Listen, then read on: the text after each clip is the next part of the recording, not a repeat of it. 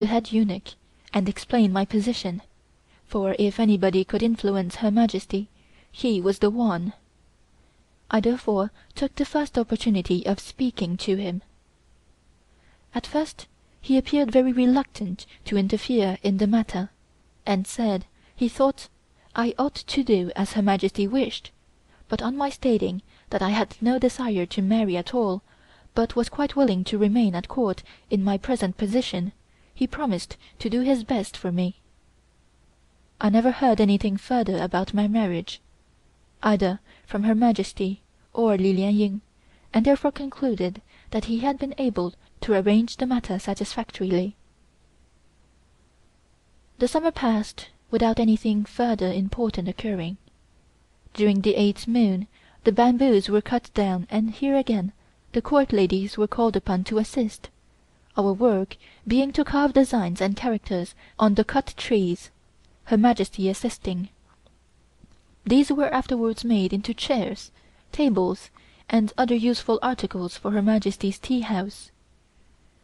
During the long autumn evenings Her Majesty would teach us Chinese history and poetry, and every 10th day would put us through an examination in order to find out how much we had learned, prizes being awarded for proficiency.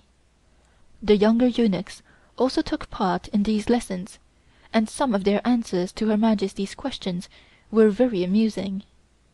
If Her Majesty were in a good humor, she would laugh with the rest of us, but sometimes she would order them to be punished for their ignorance and stupidity. However, as they were quite accustomed to being punished, they did not seem to mind very much, and forgot all about it in the next minute.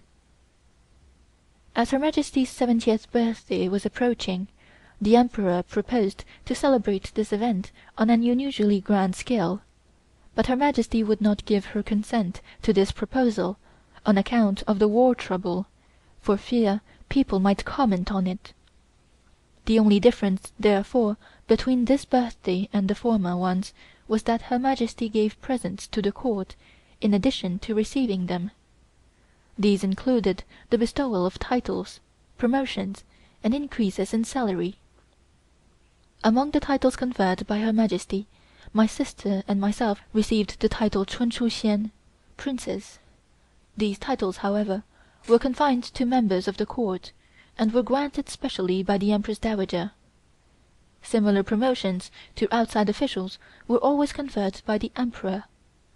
It was proposed to hold the celebrations in the Forbidden City, as it was more suited for such an important event. However, Her Majesty did not like this idea at all, and gave instructions that the court should not be moved until 3 days before the 10th of the 10th moon, the date of her birthday. This entailed a lot of unnecessary work, as it necessitated decorating both the Summer Palace and the Forbidden City. Everything was hurry and bustle. To add to this, it snowed very heavily during the few days previous to the 10th. Her Majesty was in a very good mood. She was very fond of being out in the snow, and expressed a wish to have some photographs taken of herself on the hillside. So my brother was commanded to bring his camera, and took several very good pictures of Her Majesty. On the 7th day the court moved into the Forbidden City, and the celebrations commenced. The decorations were beautiful, the courtyards being covered with glass roofs to keep out the snow. The theaters were in full swing each day.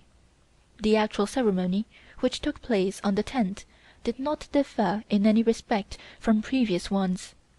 Everything passed off smoothly, and the court removed again into the Sea Palace. While at the Sea Palace, we received news that my father's condition was becoming serious, and he again tendered his resignation to Her Majesty. She sent her eunuchs to find out exactly what the matter was, and on learning that he was really very ill, accepted his resignation. Her Majesty agreed that it might be better for him to go to Shanghai and see if the foreign physicians could do him any good. She said she supposed it would be necessary for my mother to accompany him to Shanghai, but did not consider it serious enough to send my sister and myself along also.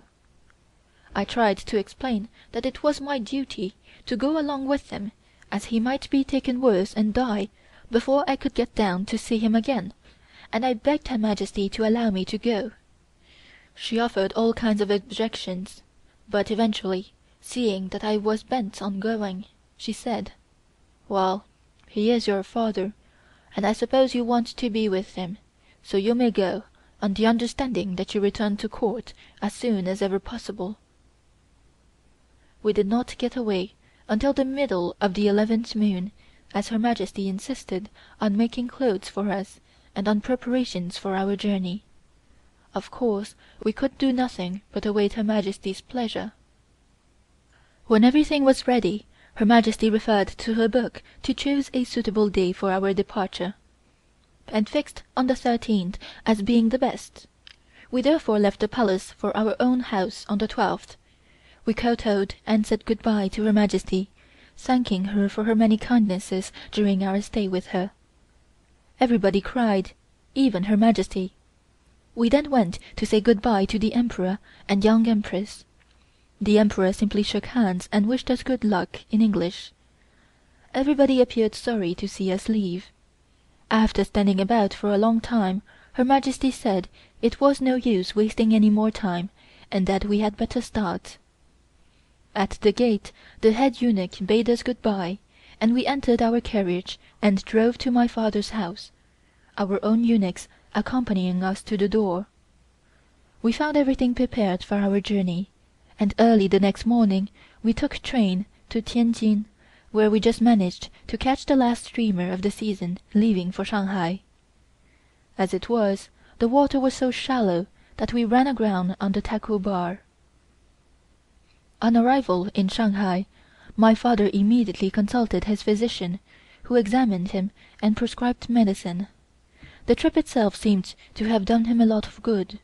I very soon began to miss my life at court, and although I had many friends in Shanghai, and was invited to dinner parties and dances, still I did not seem to be able to enjoy myself. Everything seemed different to what I had been accustomed to in Peking, and I simply longed for the time when I should be able to return to Her Majesty. About 2 weeks after our arrival, Her Majesty sent a special messenger down to Shanghai to see how we were getting along. He brought us many beautiful presents, and also a lot of medicine for my father. We were very glad to see him.